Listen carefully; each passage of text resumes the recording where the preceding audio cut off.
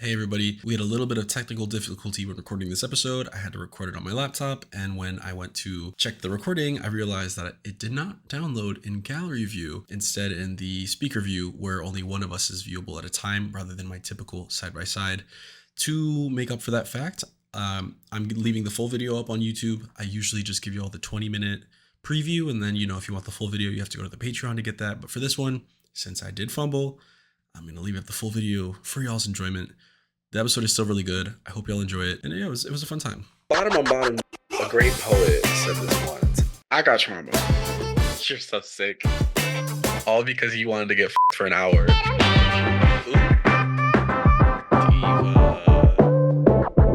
We call that the gay audacity. Welcome to Poison Touch, the podcast where two dungeon masters give you all the best and worst advice to deal with all of life's predicaments. I am joined for this episode, August, the month of our Lord, right after market days. I've survived. I'm here. I'm alive. I'm thriving, I might say, now that my body has recovered. And I'm joined by none other than my good sis, my good Judy, my divalicious diva, iPuppy. Divalicious diva. Yes. Puppy, how you doing? I'm doing good. How are you? I'm fantastic. Alive?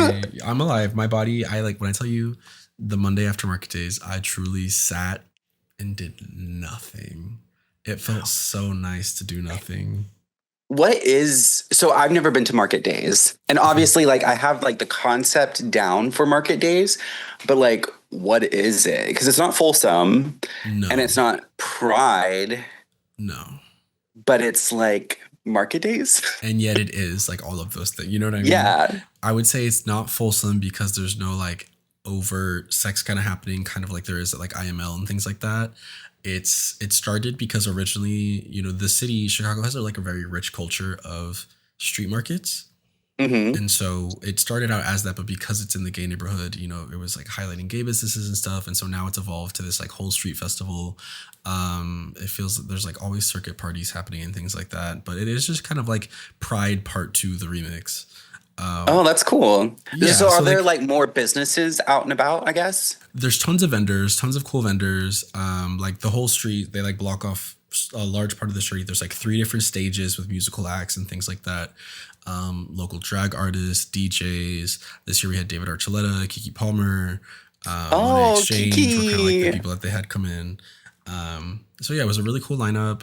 And then you can go to the market, you get some food, you buy things from local vendors and things like that. And it's a good gay old time.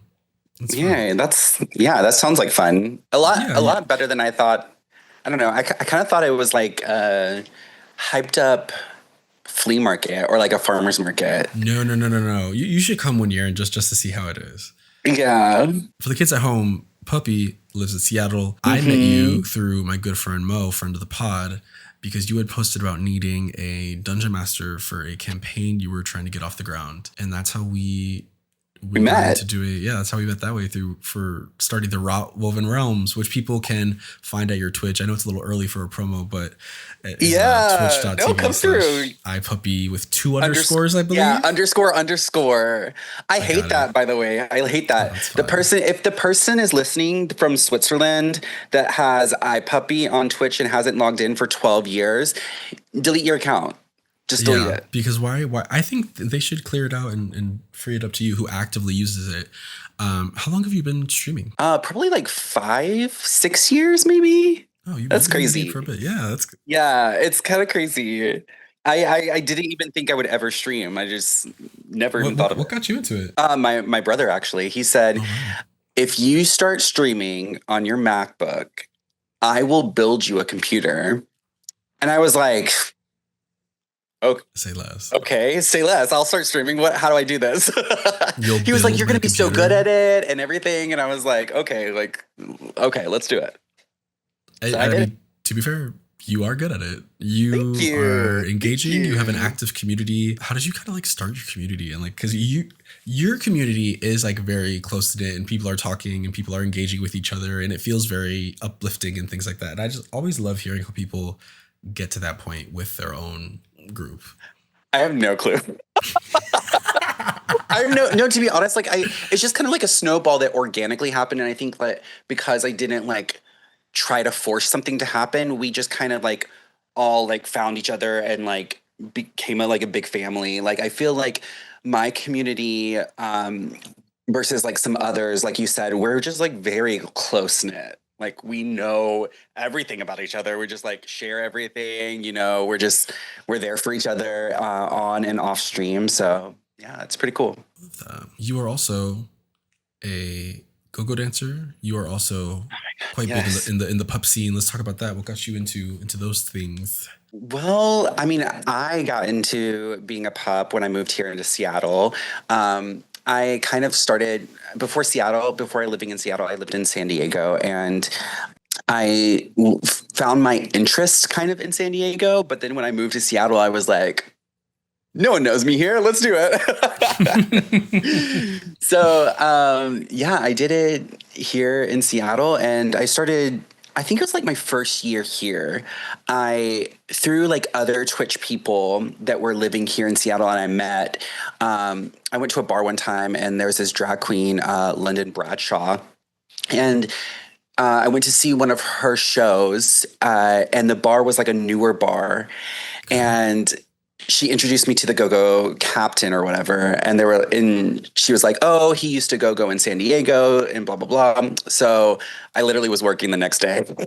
But I was like, hey, if I'm gonna start go-going, I want to only dance in my pup gear, mainly because what I found is it's like not really normalized. And if it's not like a pup specific night, people aren't really going out in their gear, and you spend a lot of money on your gear and stuff. And now, since I've been dancing for like 2 years now, 3 years, yeah, I have people come up to me like randomly and be like, "Thank you so much for just like dancing on a random night, and you know, being here. I feel comfortable coming out in my gear to these like random bars." So yeah, it's really cool. I love that. That's sweet. I love seeing people out in gear, whether it's pup gear, whether it's harnesses, whenever they just come up to the bars in their gear. I'm like, I'll be there like, you're going somewhere or you're coming from somewhere. You got something going on. I love that. I love that. Yeah, it doesn't have to be like I don't know, like IML, right? Everybody's wearing their gear, but like on a typical Friday or Saturday night when there's like no events going on, if you feel like going out in your gear, go out in your gear. Yeah, Put it on. I have a question that I ask everybody here. What is your history with Pokemon, if any? Like on a scale from 1 to 10, I'd probably be like a 6 or a 7, 6 to 7. I haven't played every single game. Most of the newer games I definitely have played. And I love what I have played, I guess. Do you have a favorite off the top of your head? Absolutely, Leafeon. Okay, that's the only evolution that I like. So... Oh, really? I'm like trying to show you, but I have a tattoo. It's like right here. Oh, that's actually really cute. Yeah. That is cute. Yeah, I am famous, famous, and by famous, I mean famous to about 3 people for my hatred of the evolutions. But Leafeon is the only one that I give grace. I actually Wait, why do you hate the evolutions? I just feel like they're overrated. They're overdone. They're trite. Really? I feel like the opposite. I feel like they're always so weak. I'm like... You guys could have they don't need to be nerfed. They need to be buffed. Maybe in that sense, but I feel like in terms of like cultural cachet, they're kind of like you know what I mean? Like overrated in that sense. In game uses, I will agree that they are all, with some exceptions, rather weak. Especially like Flareon, I think is like just like the weakest in terms of moveset and stats. And yeah. I feel like for them to be such an popular, Pokemon, why would they not have a higher damage or like, whatever? Yeah, or like more, I mean, some of them are like more utility and stuff like that. I don't know. There's a whole, we could talk about that for a whole 2 hours. However, I want to get right into the questions because we have a lot this month. Okay. And I do want to thank everyone for submitting. If your question isn't covered this month, it will be covered next month. Those of you who have been here before, you know how it works. If this is your first time listening, sometimes we just can't fit everything in one episode, and that's just how the cookie crumbles. But we will get to you, I swear. We'll be back. We're back from our break. We had a lovely little housekeeping session during the break, and we're here. We're ready to answer your questions. Real quick, we got a little quickie here. Barkington asks, is there a story behind your pup name and how did you choose it? So my pup name now is Leaf. My pup name when I first came out as a pup was Scout. Now it's Leaf. My favorite Pokemon's Leafeon. It just makes sense. I play Yeah. druids typically when I play D&D. It just is really more on the lines of like me. Yeah, I don't know. I just chose it off of that. We have an update from last month. This is from Oh, yes. Turning the Homie into a Hoe. They wrote in last month about a friend who they started to have a crush on, and they told their other friend about it. The other friend was like, girl, they did not take it well. And so we were trying to theorize whether or not the friend had a crush on them or the other person, or there was something else going on here. So they wrote in with some clarification, and they seem to have solved the problem themselves. So kudos. Oh, period. Kudos. We love an adult. Here they write. Hi, Jay. I figured I'd explain a few things and give an update for my last question. First, let me apologize for how I worded it. I was very confused about my friend's reaction and was rattling off ideas for why they could possibly object to me and this friend getting together. For additional context, everyone involved is Black, and this friend has objected to me considering an interracial relationship before because they had receipts on the other person being racist, thus the ideology comment. Also, these two friends definitely are not secretly feeling each other, which leads to the actual update. Because I was like, it sounds like they got a crush on one another. You know what I mean? But they're like, not the case. I'll use fake names to make this easier. Immediately after I hit submit on my last question, I decided, you know what? I'm an adult and I need to handle this like an adult. So I FaceTimed the friend that had the problem, Seth. I asked Seth what the problem was because he had no reason to react like that and make me feel bad for liking my crush. We'll go with Abel. I didn't go in or read him. I just made sure he knew how I felt. Seth apologized immediately and told me the reason he reacted like that was because he thought I was being shady to another friend. He proceeded to tell me that our friend Kane, who was extremely close to Abel, had been rethinking how platonic his feelings were toward Abel for months and telling Seth about it. Kane and I are really good friends, so Seth assumed okay. Kane and Abel are not brothers, right? Not brothers. The naming, okay. The naming is I'm just, yes, but not brothers. Okay. Just really close friends. So Kane and I are also really good friends, so Seth assumed I knew about it and was being inappropriate to irk Kane over on an unrelated and minor argument we had this year that was resolved amicably. So I called Kane after that conversation just to make sure there wasn't any additional confusion. He found the whole thing amusing. I assured him I'd never be that petty no matter what problems we had, and he said he knew that. Kane also told me he was less serious about Abel than Seth was led to believe, and I had his blessing to feel things out with Abel, so that's where we are right now. Me and Abel still haven't progressed much beyond some flirting and meme sharing, and I'm fine with that. I'm just glad my friend group isn't imploding over a hole that nobody in the group actually got yet. Thank you, Jay, for your podcast and all the work that you do giving the gays with poor social skills a place to solve their problems. Thank you for this lovely update. Oh, that's cute. Love that you went and handled it like an adult and that there was no fighting and no problem and that you were able to just kind of like squash everything and realized, I hate to be like bros before hoes, but you realized that your friendship was more important than any petty trauma that could have. I don't know. Seth seems like they like to stir the pot. I think Seth maybe put himself into the situation where he didn't really have any foot to stand on. There's always one friend that just loves the drama just a little too much. Yeah, they're like, okay, I'm gonna be mad for no reason. Like, y'all are all friends. Hello? Seth jumped to conclusions where there were no conclusions to jump to. And I think that led to a little bit of the miscommunication. But instead of escalating it further, you just talked to everybody involved and figured out that it was fine. So you saved the day. You were the MVP. Absolutely. Because there was definitely an alternate universe where like you take what Seth is saying and then you kind of build upon it and then everyone's that would have just like turned into a whole explosion. Yeah, and I'm glad that is not the case. Love that. Thanks for the update. Let's move into the questions we got today. As I said before the break, we got lots of good ones. We're going to try to get through what we can in the time allotted. Sisters, we'll see what we get through. The first one, this one is from Sparky. It's a sex and love question. And they write, what do you think is the best way to bring back the quote unquote spark of an early love back into a relationship that seems mundane now? So I have kind of a hot take on this.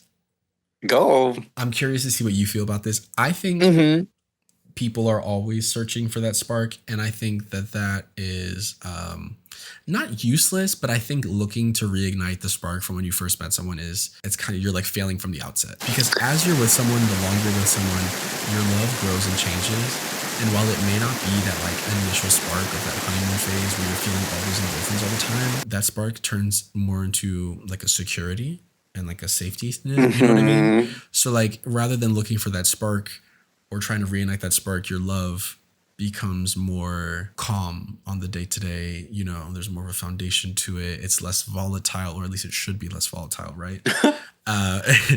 And not to say that you shouldn't have passion and that passion shouldn't still be there. And, you know, I think trying to find ways to get passion is, you know, whether it's going on a new type of date or reconnecting with someone. I think that like when you're with someone for a while, even if it seems mundane, it might just be that your love has become, you know, like I see my boyfriend every day, right? Every day we're not making intense love to each other. You're not? We're not. Shocker.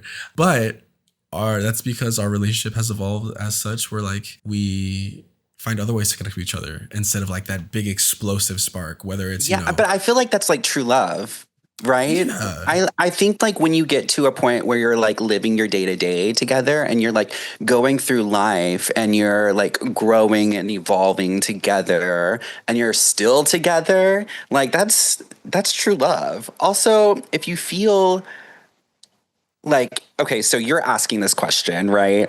And you're like wanting to see how to bring this spark back. Like, I feel like you need to do some looking on the inside and not necessarily like, have you like communicated this to your partner? Exactly. Have you, how do they feel the same way? You know, because if they don't feel the same way, then maybe it's like something that you're needing to understand for yourself before you can really bring it into your relationship. That you're needing versus what they're needing. Because it then, might like, seem mundane to you, but to them, they might feel like how I'm feeling right now, where it's like we're living our day to day and I'm like, you know, kind of that thing where it's like, I feel like I say I love you with everything that I do, whether I'm taking out the trash for you or I'm cleaning the tub or I'm doing the dishes or we're sitting there watching TV, you know, those things can all be forms of connection. To your partner, they might not feel that mundaneness. So yeah, I think you're right. It's about trying to figure out what's going on. Right. And if you can like think about what you're missing, then you can bring that up, right? Don't go to your partner and be like, oh, like I'm missing the spark. That's like useless. Like that's not going to help. Yeah. That doesn't give anywhere to go. Yeah. Versus like, I feel like I'm missing, because if you're missing physical connection, that's something you can bring up to your partner. If you're missing emotional connection, that's something you can bring up to your partner. Just saying, I want the spark. I mean, the spark is like this metaphysical thing that we can't really track. Go get a lighter, sweetheart. Yeah. Exactly. Smoke a joint together. Get the spark out that way, right? There you spark go. up. You want to spark up, baby? Yeah. Yeah. I think it's like, I don't know. I think society, there's like a pressure for us to always have that, or like always be chasing that passionate spark. You know what I mean? And while I think it is important to constantly be connecting with your partner and finding new things about each other and working with each other, I don't know if necessarily we need like that spark all the time. But if things feel mundane to you, look inside. Figure out what you're missing, whether that's if you're missing sex, bring that up. If you're missing physical connection, if you're missing emotional stuff, you know, there's something there deeper that we're trying to get at. And that's where you kind of have to like, you have to bottom out and figure that. I also bottom out. Yeah, you want to bottom more, you know, you can bring that up. Period. I just think that also like we as a community, right, we are really big about like, okay, we have this. Now what's the next better thing that I can have, right? And like if you are constantly on that search, you're never going to be fulfilled. Never. So look within. Look within. If you realize you want to open your shit up, you know, that's another conversation to have. But there's like, I think it's not that we don't have enough information. It's that I understand the purpose of this question. I just think there's something more under that you need to get to. Yes, agreed. Also, have the confidence to go to your partner and talk to them about this.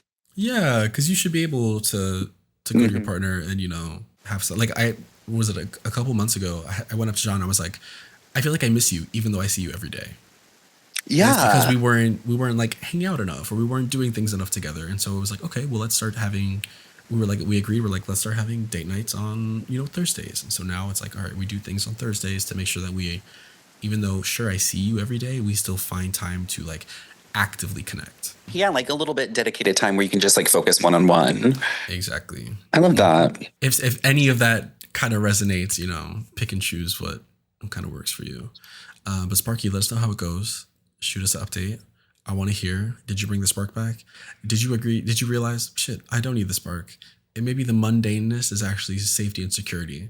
Because I think there are some people who, based on past relationship, and if you have a history of really volatile relationships, that like spark can actually be, that thing that you crave because you're so used to a partner that like is keeping you on your toes, whether it's because you're always arguing or because they're cheating or, and so in that case, having a relationship where you are safe with someone and you have that feels boring because you're so used to like these whirlwind romances. Right.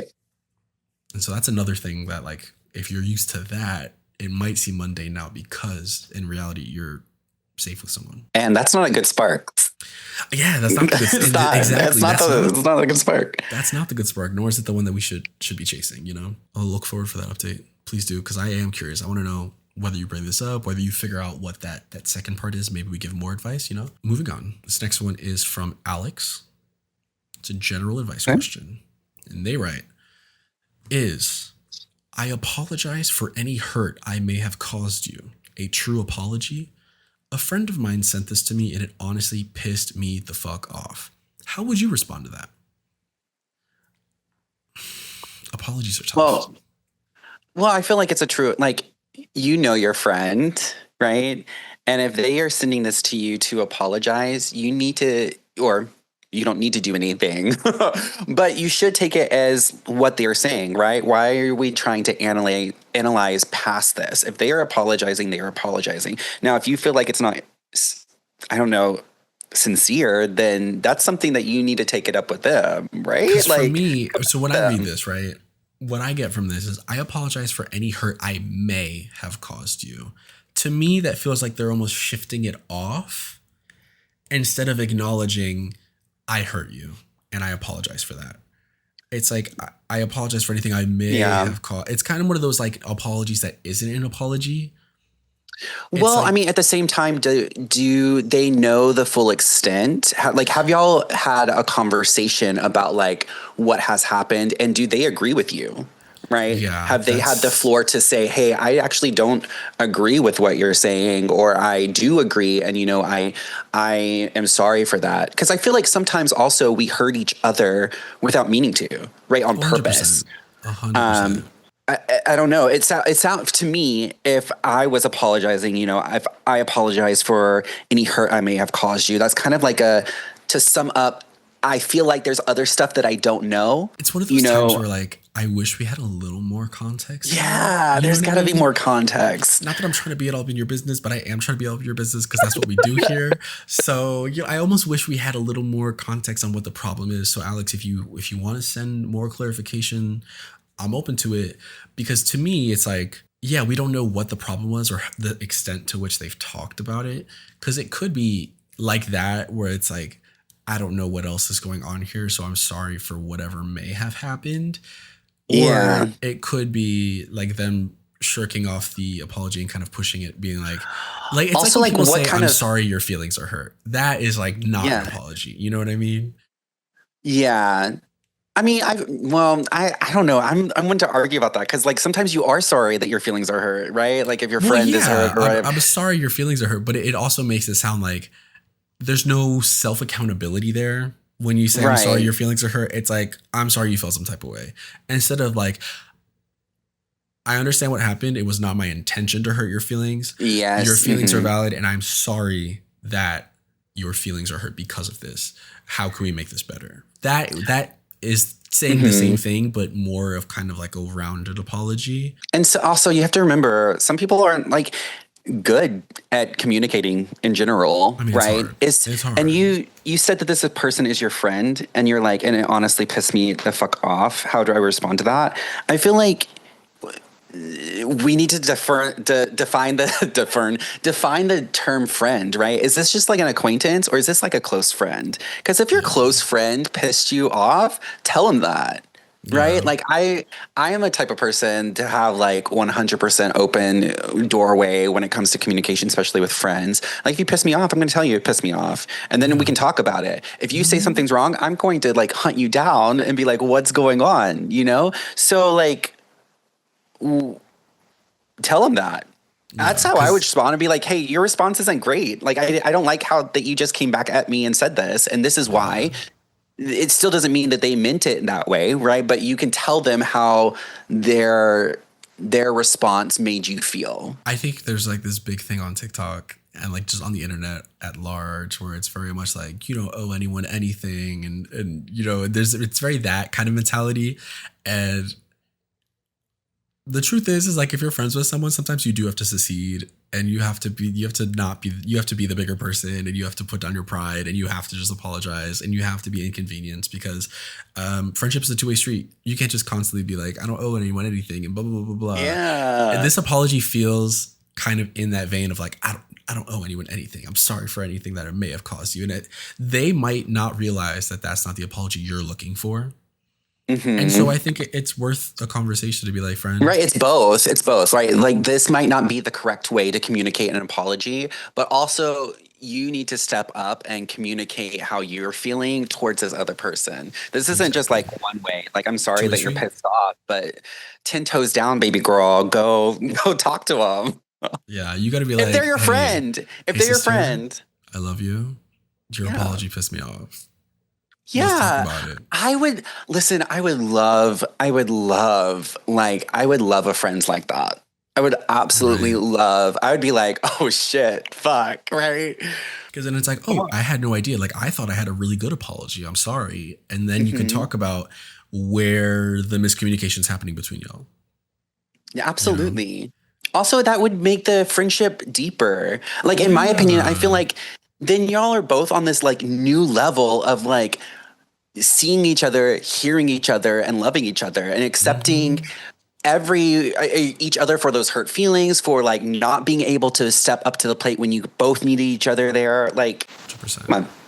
Yep. It can only strengthen your relationship together. Yes. Boom. Let us know how it goes. And if you have more questions, I want to know what y'all were fighting about. I want to know. I'm curious. I know. Give us a tea. This next one is from RDF. I don't know what that stands for. I'm curious. Real dick face.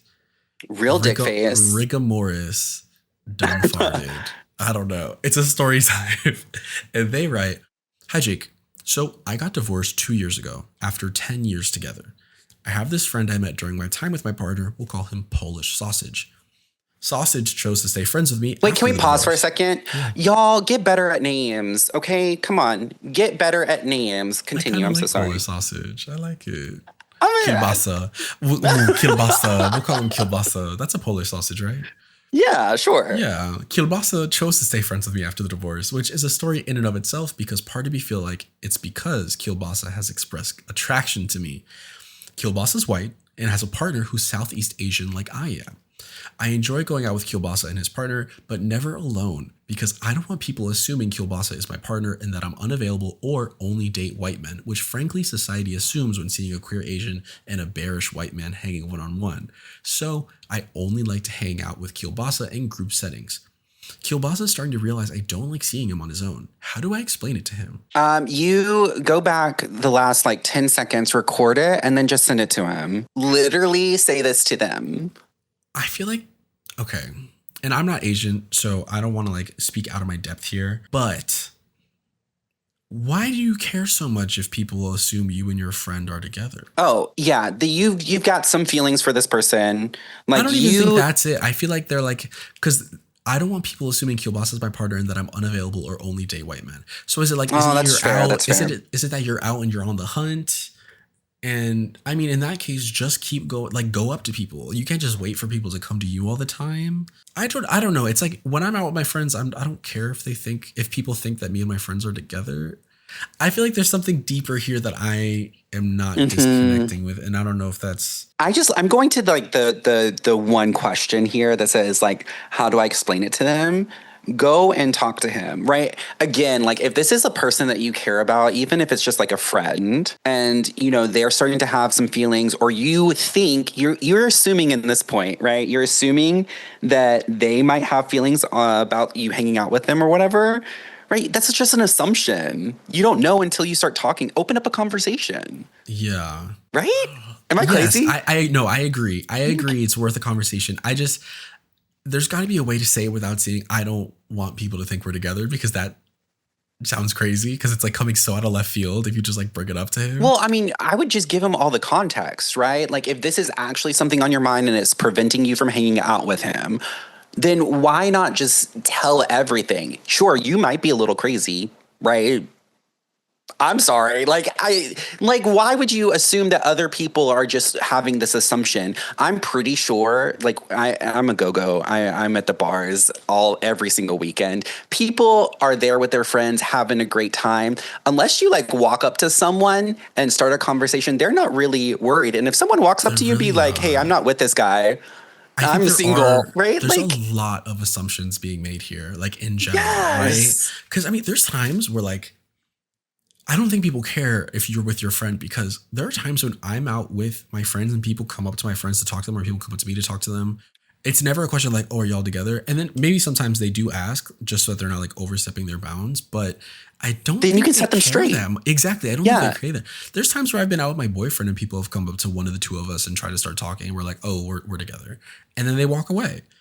You know what I mean? I don't think they're like, or you just made a good friend there, right? They're like, oh, right? Well, yeah. Like, I really don't like. There's so many assumptions here, and I don't really think that. Yeah, there's just a lot of and I hate to be like, okay, this is gonna come off really mean. Just know that I mean it from a place of love. Okay. I think we align. I think I can see it in your eyes. It's about realizing that you're not that important. Yes, absolutely. You're not that. Oh my gosh, I promise you these other people are not walking into the bar being like, oh my God, you are with this person. That bear. Oh my God, he's with that bear. Let's all point and laugh. He only likes white men. People are not doing that. They are worried on a Friday or Saturday night when they got dressed up and tried to go out there with their friends having fun. They're worried about what they're going to drink next. Yeah. And if they are looking over at you and seeing you and think you're cute, catch their eyes. You know what I mean? Like you got to find that, and then either you go. If you're interested in them, right? Like, yeah, start. I feel like people. I was talking to my friend about this today. Actually, a lot of people have the mentality of like, I'm only going to talk to people that come up to me. I'm only going to deal with the people that come up to me. And if everyone has that mentality of I'm only going to deal with the people that come up and talk to me, or with the people that want me, who's going to be approaching each other? Oh my gosh. Well, you work at a bar too, right? I work. I'm dancing all night, right? I see you fellow mammals out there, and you're all in your little groups, and you're all like looking around, but you all stay in your little groups. Yeah. And no one really cares about each other. No one's making assumptions. Everyone's having a great time. Like, you're out with your friends. I'm out with my friends. Yeah. You know what I mean? And there's times where one of my friends is like, I'm going to talk to the guy over there. I'm like, you go, sister. Go. I support. You know what I mean? It's like someone has to take the leap. Yeah. And if someone actually is interested in you, they're going to do that. Regardless, they're going to shoot their shot, even if you're with Polar Sausage, Kielbasa, you know what I mean? They're not worried about him because they see you and they want to talk to you. Yeah. So it seems like maybe you are looking at other people saying, hey, I'm interested in this person. And that's when you need to shoot your shot. Yeah. I think the only time where someone might look at the two of you and be like, they're together is if y'all are like really on each other as if you're together. You know what I mean? Like, are y'all making out in the club? Are y'all skipping and holding hands together? Like, right. I don't. Also, if I can just give you some real advice, stop making assumptions. You're going to be worried so much about like what other people think about how other people are perceiving things. Like in those things, you will never have the answers unless you ask a person directly. And this is like so far out of the club or like out of like being with this person and going out, like just in your daily life, like stop making assumptions. You're going to be a worrywart over all these things that you don't have to be. 100%. Pull it together, sister. Pull it together. And I mean that by the same token, I do understand like so many people are anxiety ridden. You know what I mean? It's hard for us to not run around with the assumptions that people are feeling certain things about us or thinking certain ways about us. And especially in the club, you know, people need that liquid courage or feel like they need it. And I feel like you probably understand this working at a bar. You get to that point where after working in a bar so long, you don't feel that same pressure.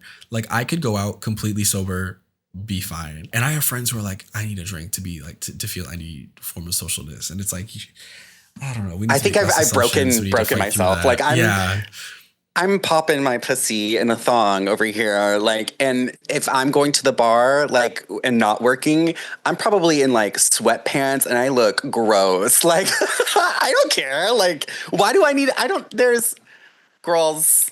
It's the same bar you go to every single weekend. Exactly. We've all seen each other. I see the same 4 people every time I'm out. You know what I mean? Yes. I think it behooves all of us to break through that initial anxiety and just get more comfortable talking to strangers. Get more comfortable not assuming too much about the people around us. Don't let those assumptions like dictate what you do. Right? Because those assumptions are something that you are creating in your head and you're making up and you're letting that rule your actions. And that's where it's just like really, that's you. It's not necessarily like other people or the venue or anything else. That's you. It's a lot of personal work. So I hate to be like, you're not important. And I really don't want it to come off that way because everyone's important. You are so important. Everyone is the master of their own story. Everyone is important in their own story. But sometimes it does help to not center yourself in, especially like a bar or club situation, and just, you know, go hang out with your friends. If this is your friend and you like hanging out with them, you know what I mean? Like, stop worrying so much about being alone with this person, unless you find that they're like, they feel that Kielbasa has expressed attraction to them. Now, okay, that is something. But that was like when they were already. When this person was, or when RDF was in a relationship, Kielbasa expressed feelings for them, but they're divorced, right? And they're divorced, and Kielbasa is a new person, right? Yeah. So if that happened in the past, what does that have to do with it? It doesn't have anything to do with that. It's not like Kielbasa's like, let's go on a date. You know what I mean? Like, that's why I said earlier, I was like, I think there's something in here where you might have like maybe that's replaying in your mind when he expressed attraction to you and you're like, oh, maybe something might happen. Even though you're still on the hunt, you know, maybe that's this again. I hate to be that person. I really do. But like, there's all these assumptions. Yeah, it's a lot of assumptions. If you're so confused, clear it up with a conversation.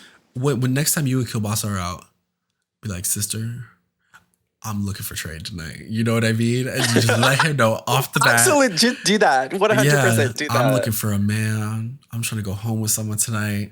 And then Kielbasa could be your wingman. And you'd be like, that guy over there's really cute. Why don't you go talk to him? And then it's like, okay, well, you know what? Then it becomes a game, you know?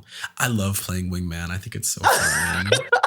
I just like, that's such a cool friendship. Like yes. Like, it just feels like RDF, you're in your head a lot. And I just want to like, just step outside your head for a bit, be in the moment, live in the moment. Who cares if you're just alone with your friend? People aren't like, oh my God, they're together. Oh my God. And if they do think you're together, prove them wrong. Go find someone else. Go make out with someone else, you know? Trust 2 people that work literally every event, every party, every weekend at the bars. No one's thinking that. Mm-hmm. Sorry, I'm cleaning up my Tamagotchi's poop real quick. Oh, just one? Just one little poopsies? Just one little poop. I just got the new Tamagotchi. It's so cute. I'm obsessed. Wait, hang it down. I don't see it. Oh, my bad. I was pointing it to the camera. Oh, yeah.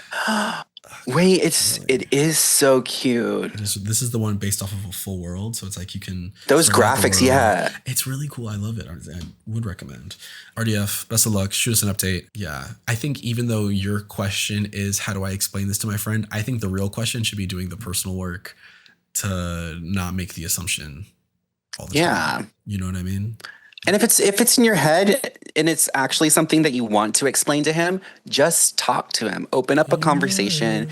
You know? In my head. Zombie. Yeah, put on the cranberries. Yeah. We have time for one or two more questions. We're going to move on. This one is from Mega B Drill. It's general advice. Hello, esteemed panel of advisors. I come to you asking a bit of advice. I have a friend and noticed recently that their breath has been really bad whenever I get close to them. I didn't think much of it when I initially noticed it, but in a more recent hangout, I noticed that some of their gums on their teeth were like green or black.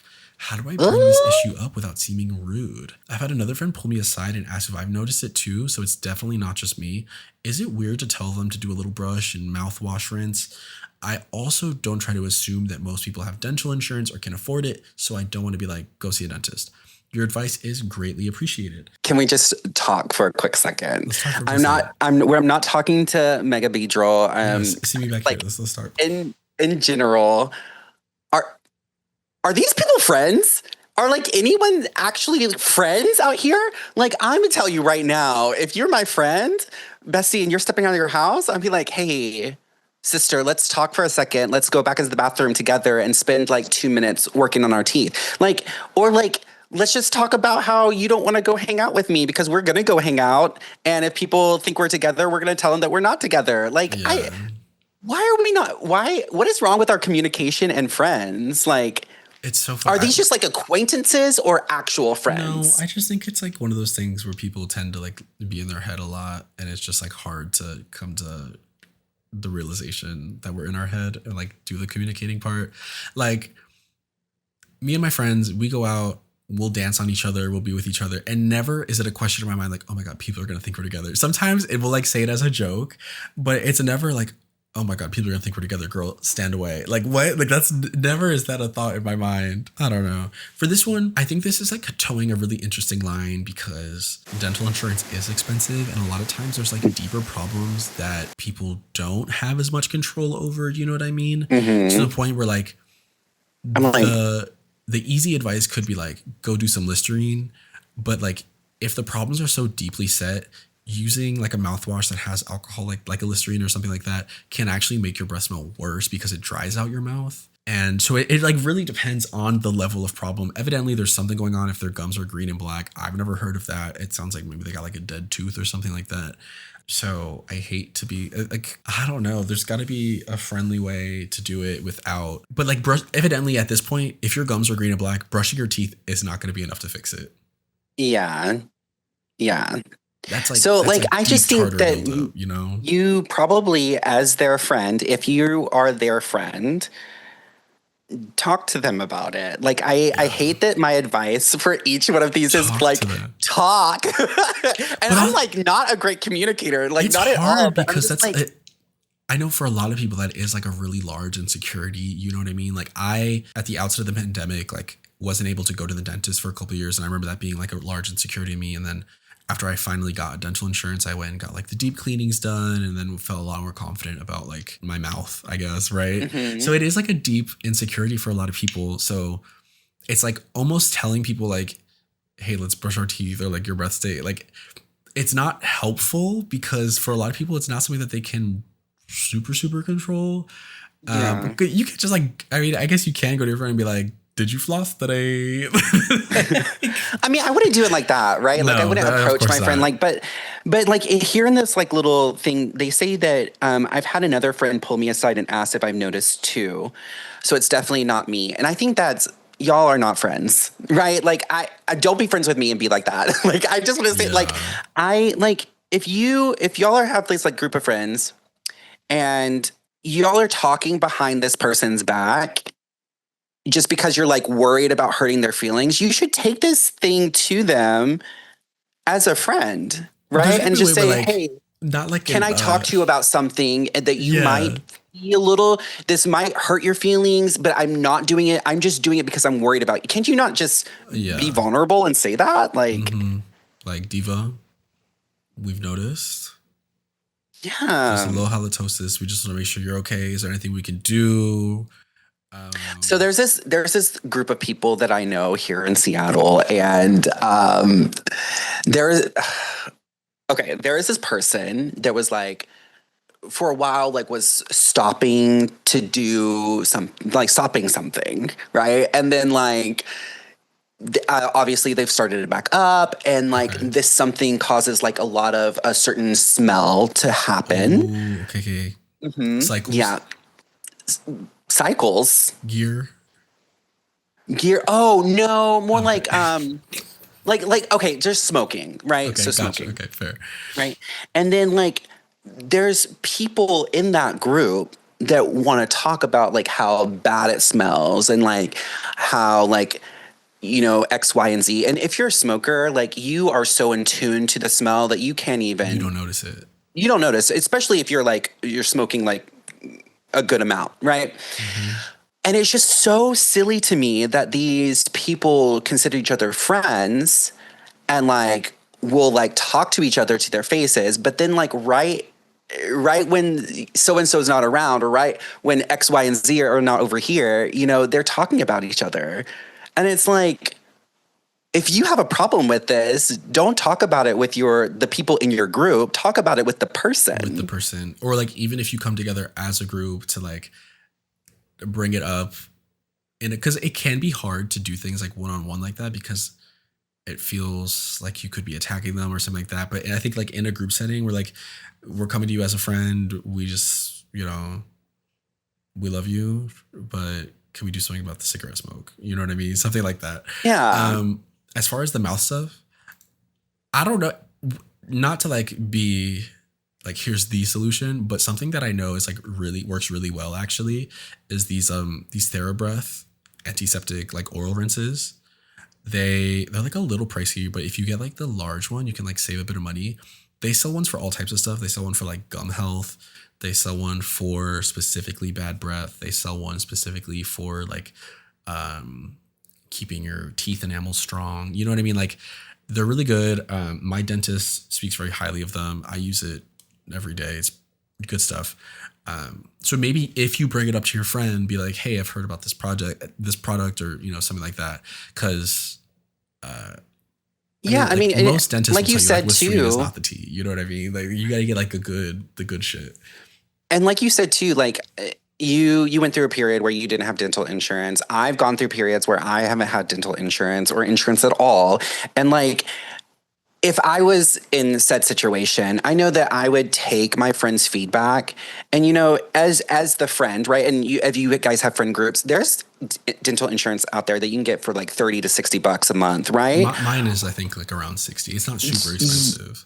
Yeah, like this is something that your friend group, if you guys really truly care and like love for each other, and you have the ability to pull together some change instead of going to get Starbucks or drink on the weekend, like, why don't y'all do that? Right? If this is like if you are really concerned about this and concerned about your friend, be like, hey, can I talk to you about this? And talk to them about it. Open up a conversation. If it's a conversation where they cannot afford, but they need, then pitch in, help. Yeah. I mean, that's what we do here as a community. Like in Seattle, like we have a sister right now that's like in the hospital, right? Like, and we're like, okay, let's throw a party where it's a fundraiser, right? And that's like a much worse concern, but like. But it can be so if your gums are green and black, there's like, that is a symptom of something deeper. You know what I mean? And you know what they say? I forgot what they say. No. I want to know what they say. Tell me. It's something about where like something sneaks in through the mouth. Oh, yeah. You know. Death creeps in through the gums. That's what it's called. Death creeps in through the gum. This is something they say, you know, like your gums shouldn't be bleeding. Your gums shouldn't be swollen or super red or puffy. They definitely shouldn't be green or black. That's for sure. Yeah, gum health, I think, is more important than people realize. And because dental a lot of the times is considered cosmetic and a lot of things aren't covered, it is harder to get the kind of help you need. But I do think this is something where like you and your friends can come together and be like, we're worried about you. You know, I want to make sure that you're healthy and that you are able to, you know, live a good life. Because sometimes it's like, you know, not saying that your friend does this, but, you know, if people do boom boom, that can mess up their teeth. If they are like smoking cigarettes, that can mess up your teeth. Like there's all types of things that can affect your teeth. Drinking too much alcohol can affect your teeth. And, you know what I mean? Yeah. Too much sodas. There's like so many different things that could be happening. And hey, I also like realize that you might not be able to afford to get them insurance. Your friend group might not be able to afford to get them insurance, but you guys can all be there for each other at the end of the day and open up this conversation. I think it's just bad practice to talk together as a friend group and have that go on without going to the person. Because nothing gets fixed. You know what I mean? Nothing gets fixed and you're not being a friend. Even if you can't get to the root issue of helping them, right? Even if that is just like waking them up to being like, oh, I need to start flossing every day, or I need to brush my teeth a little more in depth. That alone will like, it won't fix everything, but it will start to slow down the progress of the things that have already been happening. And it might minimize some of those symptoms. I mean, I'm not claiming to be like a dentist or a dental hygienist or anything, but you know. Can I say something bad? Yeah. Like, this is so bad, but like, bring it up to them. And if they flip out and never want to talk to you again, oh, what did you lose? Nothing. They've lost a friend and their teeth. Like, sister. They're going to end up with like veneers. I just think when you bring it up. If you don't want to do it alone, bring it up with the friend that you had initially talked about it. Always speak from a place of love. Speak from a place of worry when you bring it up to them. And yeah, just really center that instead of like, your breath stinks, because that people will take as offense versus like, we're worried about your health, which is still hard to hear, but will be an easier pill to swallow than, you know, like what happened on Drag Race last season where it was like, Anya, brush your teeth, because evidently Anya had something going on where she needed to see like a dental surgeon. You know what I mean? Yeah, she knew this was a problem. Don't be an elf now. Okay. Don't be an elf. Don't be an elf. Don't be an elf.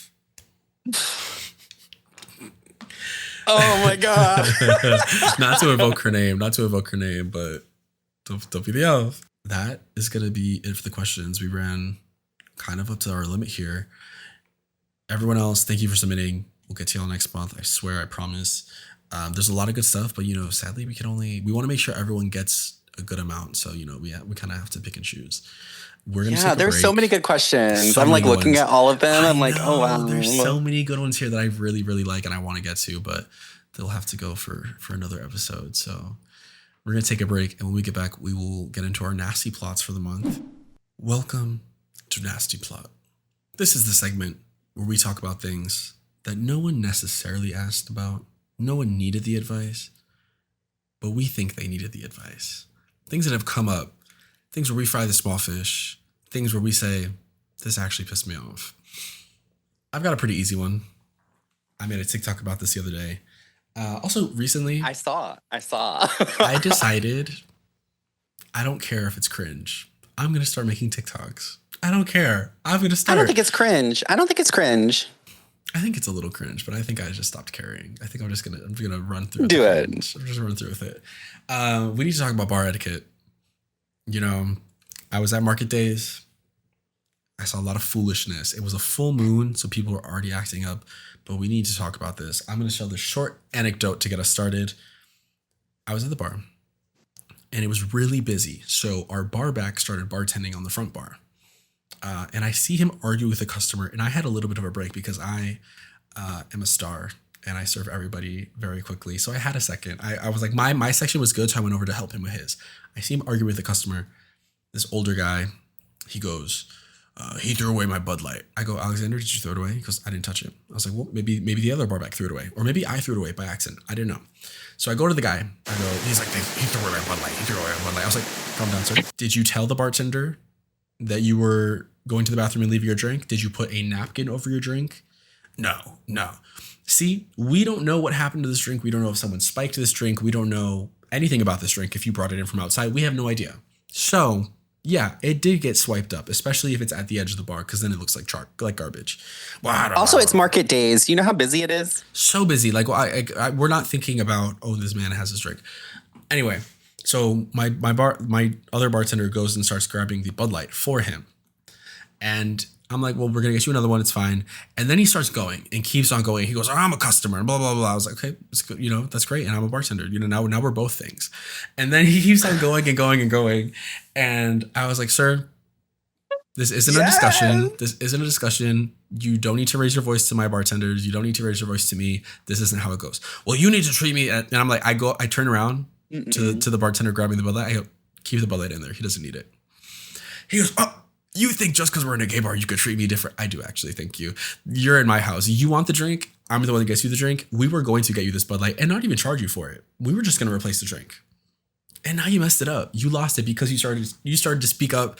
You started to speak back to us. You started to cause problems. You couldn't just let things happen. It's not a discussion. People are so entitled. Over it. Yeah. Completely over it. The customer's not always right. Not at all. They're not. No, not at all. Not at all. We need to rewrite that, like, that vibe and like that thought process there, because, like, you know, sometimes you are in the wrong and it is okay to be in the wrong. No one is like judging you for it, but respect the people that are actually working while you're partying your ass off. Yeah, respect them. I am a good, very proud proponent of hostile hospitality. The customer's not always right. You are coming into a place and I'm giving you a service, and I'm going to give you the service to the best of my ability as long as you do not obstruct that. Okay? Yeah. So bar etiquette. If you're leaving your drink, A, don't leave your drink. But if you are leaving your drink somewhere, please put a napkin over it. B, have your money out and ready. Have your order ready. I don't ever want to go up to someone. Hi, how Wait, can I help you? Sister, no, don't do that. Sister, no, sister, Am I calling you out? I might be calling you out, sister.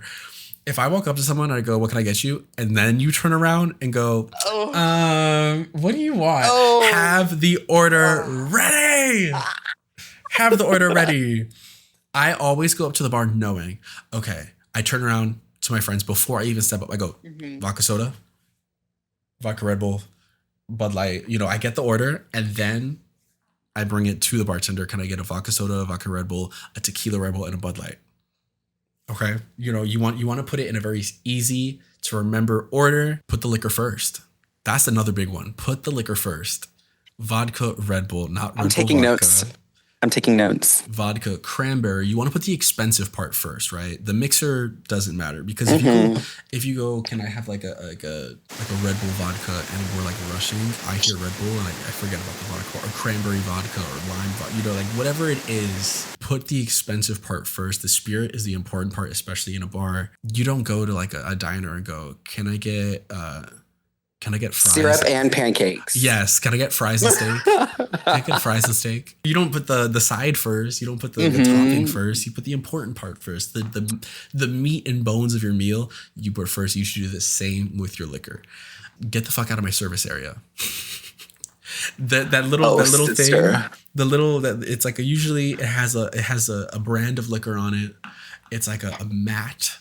For those of you who have never worked in a restaurant or a bar before, I'm explaining this to you. This is important. You see that it's next to our napkins. It's next to where we're serving. That's what it's for. It's for serving. So you order your drink and then you move to another area of the bar. You move next to the service area, maybe. You move anywhere that isn't in front because you're blocking my money. Okay. Period. Tell him. Also, I've taken notes. Be ready with your order. Move the fuck out of the service area. Have your money ready. I've got them. And order with the liquor first. Yeah. And I have to stress, this is for like speed bars. You know what I mean? If you're at a cocktail lounge, somewhere where it's a little bit like not slower service, but it is more about like crafting cocktails versus like, let me pump out as many drinks as I can as possible. It's a little different over there. You know what I mean? Those usually have waiters that come over and get your drink orders or things like that. This is for like speed bars. This is for when you're at the gay bar, you're at the club, places where like you're trying to get drinks, you're trying to get them quick. Just as you're trying to get your drinks quick and fast, get them to your friends, I'm trying to get your drinks out quick and fast so that I can get more people their drinks out. I'm really trying to serve as many people as possible, especially on days like market days, right? So that's it. Bar etiquette. I thought a lot of it seems like common sense, but it's just things. Sometimes maybe you just remind yourself things. You know what I mean? It's not. Also, if you're ever drunk at a bar and a staff member comes up to you and says, "Hey, we're gonna have to cut you off. Hey, you're looking a little drunk. We're gonna need you to like either stand up, take some glasses of water, or like leave." You be respectful to those people because they are in that moment being the most respectful to you. We're trying to help you out. We're trying to make sure you're not knocked out in this bar. And the thing is like, if someone is too drunk and needs me to call them an Uber, I will help them do that. Because it's part of my job is to make sure my people come to the bar safe, they get home safe. You know what I mean? Hand me your phone. I'll ask you your address. We'll figure it out. We'll get you home. Yeah. But if I tell you I can't serve you no more, don't blame me. Don't blame me, baby. Don't blame me that you can't hold your liquor. Also, tomorrow morning, maybe send some flowers and a sweet little note that someone cut you off to the bar. Oh, yeah. Oh, yeah. And also keep your hands to yourself. That's another big one. Keep your hands to yourself. Oh, my goodness. Keep your hands to yourself. Me as a dancer, keep your hands to yourself. 100%. No, I do not want dollars in my hole. I don't know if I can say that here, but like, do not put dollars up my hole. No, don't. Just don't. Mm-hmm. Also, even because I am gay, right? If you are a straight woman, that doesn't mean that just because I'm gay, you can do anything you want to my body. I don't even let the guys do that. Like, especially not for $1 bill. No, for $1 too. Oh my! So the bar I work at, you visited. It's a go-go bar. We have dancers every night. The things I see some of y'all do for $1, baby, and then you get mad. It makes you want to cry when you get home in your shower with your Taco Bell. Yeah, you get mad when the dancers are like, "Whoa, hold on," because that dollar does not entitle you to every single part of that person's body. Yeah. Okay. That is the end of my nasty plot. Please just put a modicum of effort when you're out at the bar. Just be respectful. Be respectful. That's just it. Be respectful. Yes, that's all I got. Puppy, do you have any nasty plots this week? This month? This week? I searched far and wide for something to be very upset about. And the closest I could come to, which did make me very upset, were like these commercials that are now coming out. Like that Gene commercial. The one that actually like pissed me off was like the Dunkin' Donuts commercial or TikTok commercial thing. Did you see that one? No. I'll have to send it to you later. It was what's crazy. Like moral of the story is like this white guy gets up and he's like, "Oh, I have a great tan. It's like my genetics." And it's basically riffing off this idea of like, this is perfection, right? Oh, gotcha. Like not to get into a big thing or anything, but like white people that can, tan or have like, this perfect skin. And it pisses me off. You know why it pisses me off? It's because like I grew up, and I mean, still even to this day, it's perfect for white people to go get a tan. And I'm not that dark, but because I'm not white, my skin isn't perfect, right? And it just goes on to like, the way I look into, can I perform in this job, and yada, yada, yada. And so it's just very frustrating seeing that be a commercial where it's like pushed out to people.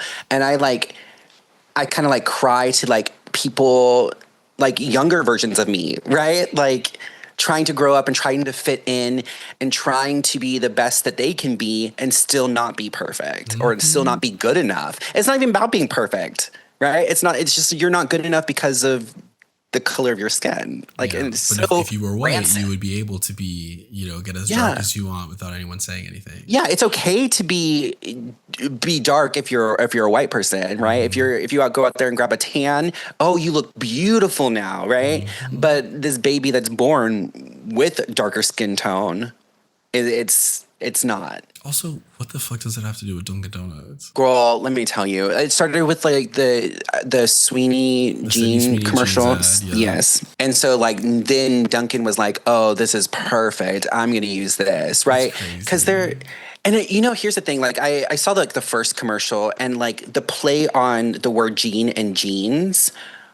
I think that's clever. right? And so like if maybe the marketing person had a brain, right, they would have taken that commercial and then fitted several different models. That's right. If it was multiple people talking if it was about multiple their people genes. talking about the genes and how like they were passed down, right, it wouldn't be an issue, right? Because then you have like all these like different ethnicities, like they're presenting and saying like everybody is perfect, but you know who has the perfect gene? We do, right? 'Cause everyone And wants so their like genes. that's perfect. Like that's a brilliant campaign. Also, you're bringing everybody together. Like I love that idea.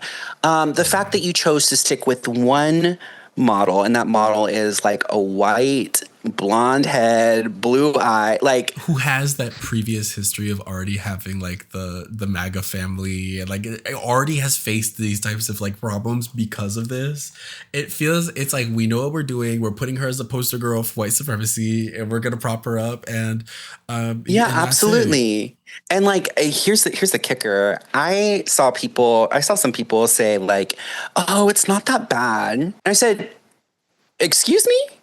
It's not that bad because you're white." It's also just like if you're saying that, it must be so nice to just be so willfully ignorant. You know what I mean? Because the way information is disseminated through people is done through things like this. You know, the way propaganda works is because of things like this. Like putting eugenics in our ads is very pointed. And even if it doesn't seem that big or seem that bad, it is a symptom of things getting more bad and a more reason for us to talk about it. You know what I mean? No, 100%. Like me growing up, like being a little gay boy that is not white, right? I already don't look great, right? My hair is not the best texture, right?